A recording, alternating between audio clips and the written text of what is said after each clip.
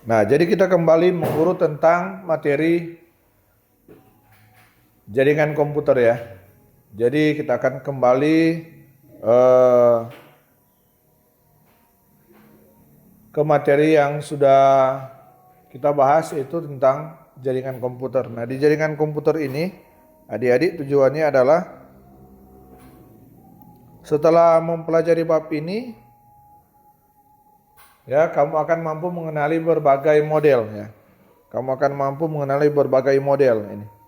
Mampu mengenali berbagai model jaringan komputer serta mampu melakukan pengiriman data antar perangkat dalam jaringan komputer, ya. Selain itu, kamu juga akan nanti mampu melakukan troubleshooting ya. Troubleshooting permasalahan jaringan komputer dan mampu memahami baik konsep maupun penerapan serta konfigurasi keamanan lanjut untuk konektivitas jaringan data lokal dan internet baik menggunakan kabel maupun nirkabel. Ya. Kalau lalu kan sudah saya bilang bahwa kalau kabel ya itu menggunakan media kabel DTP ya, seperti yang ada di ruangan ini. Ini menggunakan kabel. Kalau nirkabel ini yang Unija sebut-sebut Wi-Fi ya. Kalau nirkabel yang biasa disebut Wi-Fi. Oke, next ya.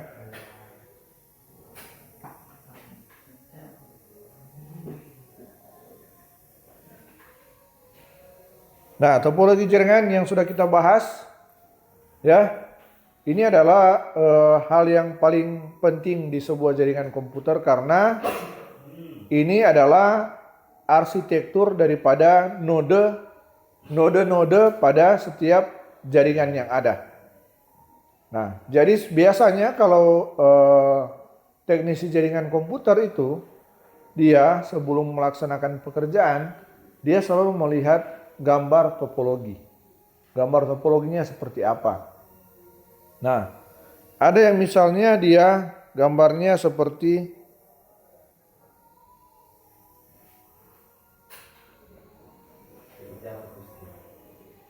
misalnya ya, ada sebuah gedung. Misalnya ini ya, ini hanya topologi biasa. Ini misalnya kelas 10.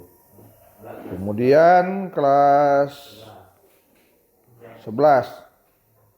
Nah, di antara kelas 10 dan kelas 11 ini, dia ini bukan merupakan, ini area terbuka ya. Ini area terbuka.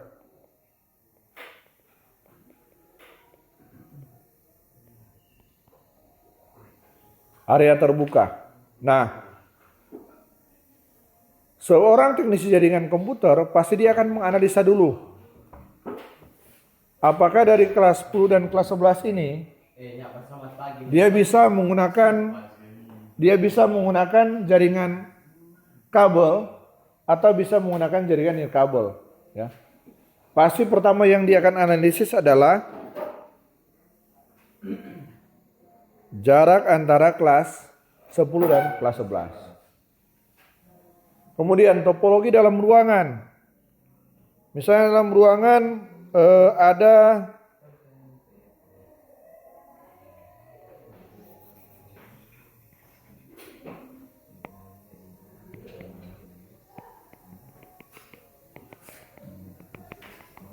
kemudian misalnya dalam ruangan itu ada berapa komputer? Misalnya dia ada 1, ya, komputer A, komputer B, komputer C. Nah, nanti bagaimana ketika komputer ini akan dikoneksikan? Berarti dia akan merencanakan kebutuhan peralatan. Topologi jaringan paling mudah adalah topologi apa?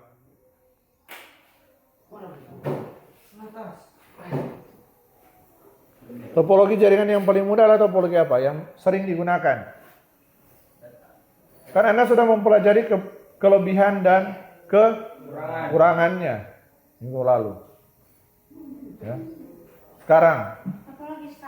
Ya, topologi star. Maka dia akan merencanakan kebutuhan, berarti ketika komputer ini dia akan, misalnya dia harus membutuhkan tambahan apa? Switch ya. Switch untuk menghubungkan ketiga komputer ini di satu ruangan tersebut. Ya. Jadi itulah sedikit penjelasan. Nah, ini topologinya seperti ini. Jadi kalau tadi kita menggunakan topologi star, maka di topologi star itu dia identik dengan apa? Ini. Identik dengan sebuah switch atau terminal. Di mana ketika ada gangguan di antara setiap titik jaringan ini, misalnya ada gangguan di sini. Katakanlah ini 1, 2, 3, 4, 5, 6. Katakanlah di komputer satu ini dia rusak ya. Maka tidak akan mengganggu konektivitas jaringan antara komputer 2, 3, 4, 5, dan 6. Itu adalah salah satu kelebihan dari topologi star. Dan yang digunakan saat ini adalah topologi star. Seperti yang ada di ruangan komputer ini. Oke, kita lanjut ya. Karena topologi yang lain juga sudah Anda pelajari. Nah, memilih topologi jaringan komputer ya. Topologi jaringan yang tepat untuk keperluan suatu institusi atau ruangan atau bangunan atau gedung itu bergantung pada kebutuhan dan ukuran dari jaringan yang akan dibangun ya. Tidak ada topologi jaringan yang paling baik untuk semua kondisi. Namun ada hal-hal yang harus dipertimbangkan, yaitu pertama ini, cost atau biaya. Berapa biaya yang harus kita gunakan? Misalnya kita menggunakan topologi star. Berarti pertama kita harus siapkan kabel ya. Berapa biaya yang harus kita keluarkan untuk membeli sebuah kabel? Misalkan jarak gedung A dan gedung B itu ada 200 meter misalnya. Berapa biaya yang harus kita keluarkan untuk kita membeli kabel ya. Nah, semakin jauh jangkauan jaringan, maka semakin banyak kabel yang dibutuhkan. Nah, selain juga panjang kabel, ya, biaya kabel itu panjangnya, orang juga harus memperhatikan apa? Jenis kabel, ya. Nah, jenis kabel itu ada kabel serat optik atau biasa disebut dengan fiber optik. Dia memiliki kemampuan transmisi data yang lebih cepat dan kapasitas transmisi yang lebih besar, namun harganya lebih mahal dibandingkan dengan kabel tembaga atau T-spare ya. Nah, termasuk juga komponen lain seperti hub, switch untuk serat optik.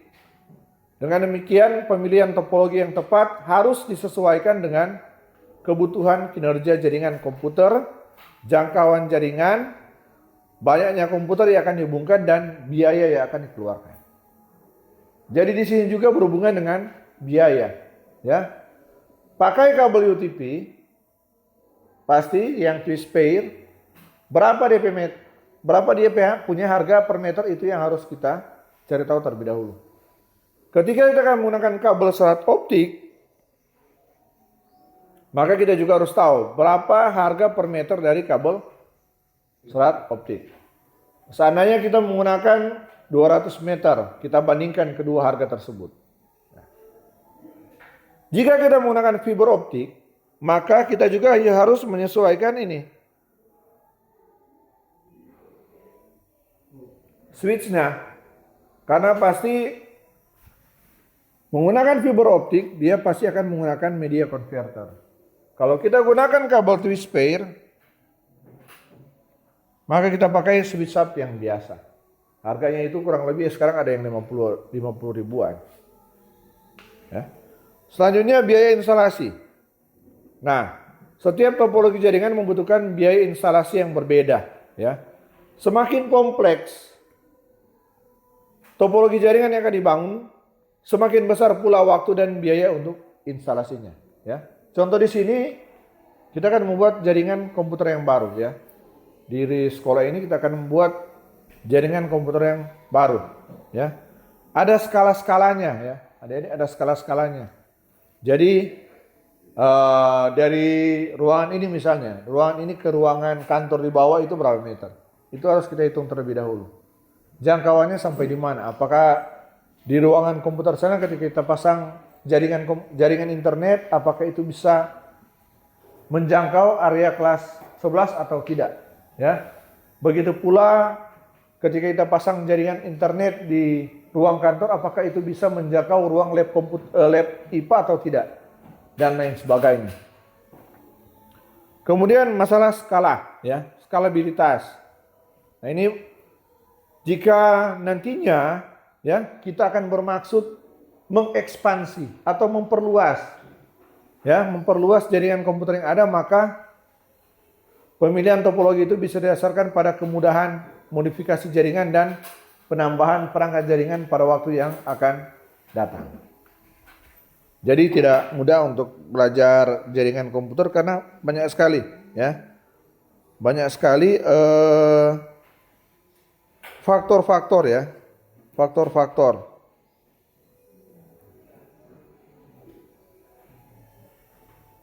Nah, model jaringan komputer.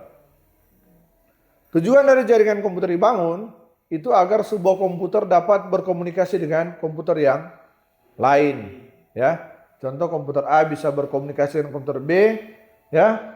Komputer B itu mempunyai printer, komputer A bisa mengakses printer yang ada di komputer B.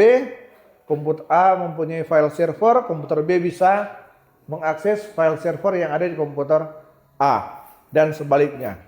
Jadi tujuan dari jaringan komputer ini ada agar sebuah komputer bisa saling berkomunikasi. Nah, ketika akan berkomunikasi, dua komputer membutuhkan protokol atau aturan tertentu, ya. Jadi seperti halnya manusia. Orang bercerita ini, orang pasti menggunakan bahasa apa? Sehari-hari untuk berkomunikasi. Begitu pula antara komputer dalam sebuah jaringan. Mereka membutuhkan sebuah protokol untuk berkomunikasi. Ada yang tahu? Ada yang tahu? Ya? Ada yang tahu? Tidak ada. Nah, ini adalah arsitektur model jaringan berlapis, ya. Jaringan berlapis. Ini dijelaskan di sini. Nah, arsitektur model jaringan berlapis ini menjalankan suatu proses pekerjaan komunikasi antar komputer yang utuh, kemudian dipecah dalam tugas-tugas atau task yang lebih kecil.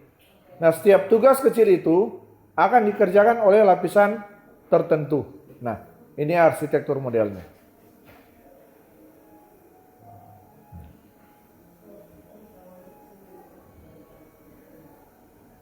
Jadi setiap lapisan pada model jaringan ini, dia memiliki protokol, metode, dan prosedur yang dibutuhkan untuk mengeksekusi tugas yang diberikan. Next, OSI. Nah, yang sudah Anda belajar lalu, Open System Interconnection Model. Ya, ini adalah model yang diciptakan oleh International Organization for Standardization atau ISO untuk mengatur standar protokol dan format data yang berbeda dari banyak perusahaan penyedia jaringan komputer. Model ini menyediakan kerangka yang terbuka dan standar untuk sistem komunikasi melalui jaringan komputer. Ini 7 lapisan OSI layer. Jadi lapisan pertama yang paling bawah ada physical layer. Kemudian ada data link layer, network layer, transport layer, session layer, presentation layer, dan application layer. Contoh protokol yang digunakan di tiap lapisan OSI ini ada di sampingnya, ya. Di situ ada ini. Kalau di application layer berarti dia berhubungan dengan HTTP, FTP, DNS, SNMO, dan Telnet. Kalau presentation layer dia berhubungan dengan SSL dan TLS, ya. Kalau dia session layer dia berhubungan dengan NetBIOS dan PPTP, ya. Kalau transport layer dia berhubungan dengan TCP dan UDP. Kalau network layer, dia berhubungan dengan IP, ARP, ICMP, IPsec. Kemudian data link layer, dia berhubungan dengan PPP, ATM, dan Ethernet. Kemudian physical layer-nya dia berhubungan dengan Ethernet, USB, Bluetooth, dan lain sebagainya. Sampai sini ada pertanyaan? Ada pertanyaan sampai sini?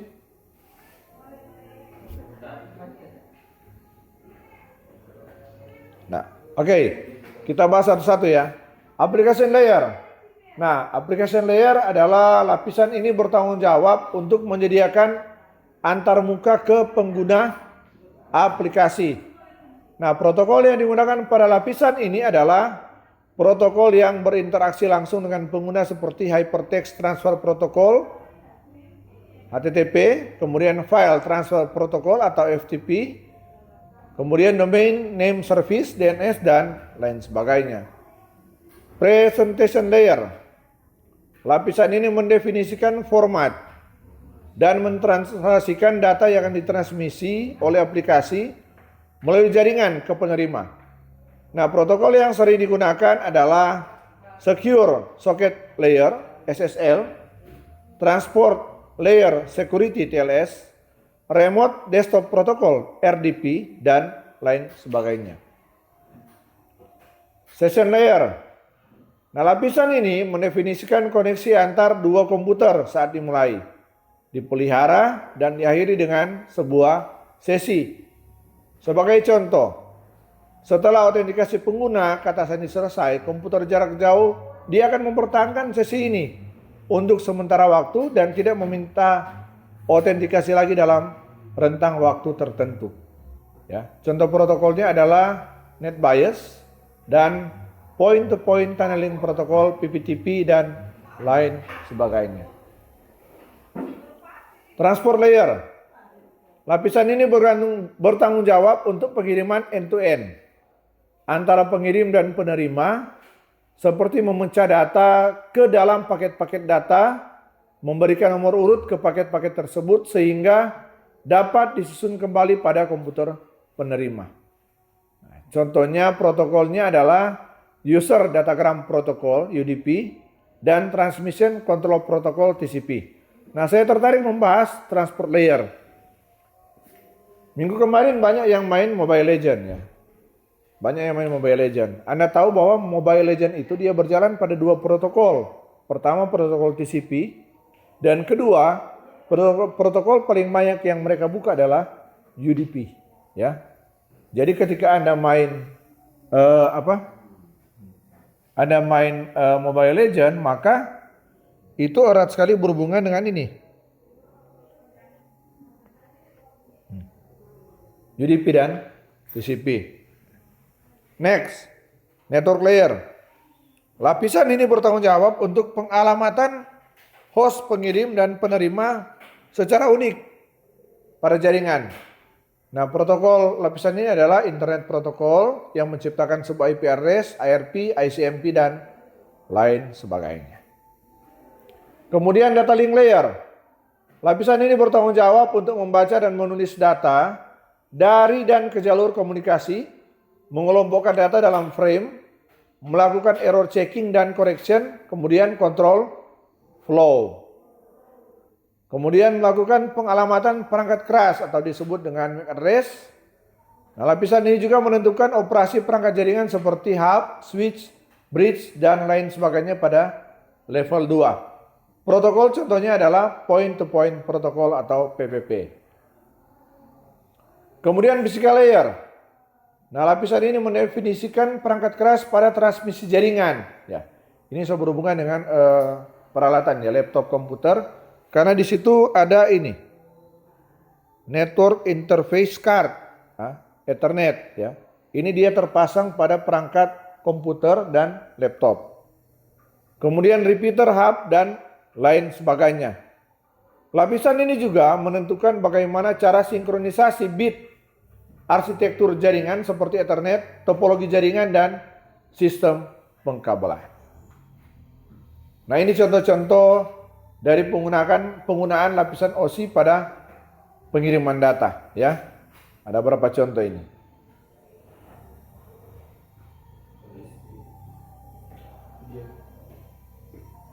Jadi adalah contoh A, B, C, D, E, F, dan G. Ya. Jadi contoh kalau lapisan aplikasi dia menerima informasi akan dikirimkan dari pengguna sebagai contoh pengiriman email ya. Kalau misalnya berkirim email, ini salah satu contohnya. Kemudian ada informasi akan ditranslasikan dengan menggunakan protokol Simple Mail Transfer Protocol atau SMTP dengan cara secure ya SSL ke lapisan presentasi ya. Jadi Anda jangan heran kalau di jaringan komputer ternyata banyak istilah-istilah yang aneh ya. Dari tadi sebanyak sekali itu istilah aneh itu yang didengar.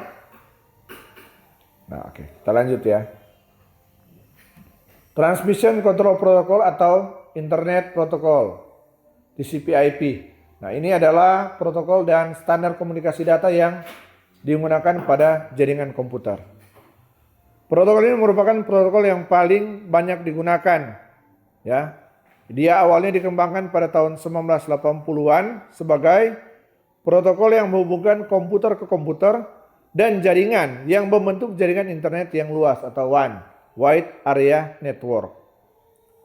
Nah, TCP/IP ini dia membentuk jaringan terbuka dan independen terhadap mekanisme transport jaringan fisik yang digunakan. TCP/IP ini menggunakan cara pengalamatan yang sederhana yang dinamakan IP address yang dapat menghubungkan jutaan komputer dengan sistem yang heterogen ya. Jadi bebas, sistem Windows bisa, Unix bisa, Linux bisa, dan lain-lain bisa. Nah, protokol TCP/IP ini merupakan kumpulan protokol yang terdiri atas banyak protokol yang didukung perangkat lunak yang biasa disebut dengan TCP/IP stack. Ya. Nah, jadi ini standar protokol yang digunakan untuk menghubungkan jaringan. Di peralatan-peralatan ini juga ada TCP/IP-nya ya.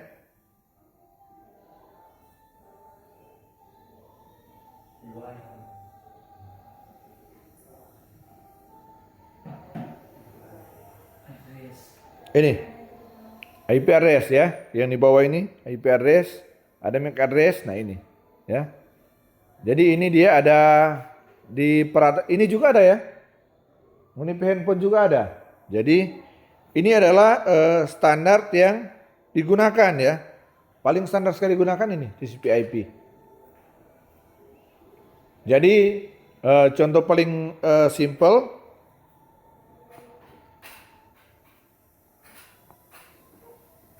Misalnya dia komputer A ya.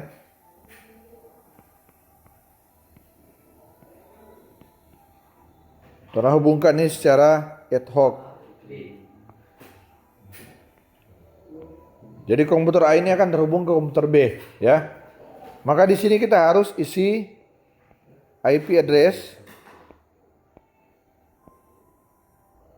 Ini juga kita harus isi IP address.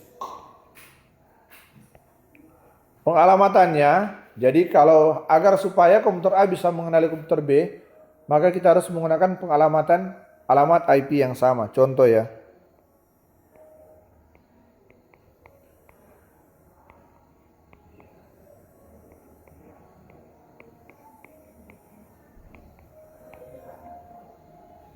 Jadi misalnya komputer A dia menggunakan 192.168.0.1. Komputer B dia menggunakan 192.168.0.2. Nah, jangan sama. Kalau sama pasti dia tidak akan terkoneksi. Jadi kalau alamat yang sudah digunakan, misalnya alamat ini, alamat 1 sudah digunakan, jangan lagi digunakan oleh komputer yang lain. Jadi kalau banyak komputer, ada 100 komputer, maka dia urutkan saja. 1, komputer 1 berarti alamat di belakangnya 1. 2, alamat belakangnya 2, dan lain sebagainya. Nah, ini contoh penggunaan IP address, tapi untuk praktiknya itu ada materi tersendiri.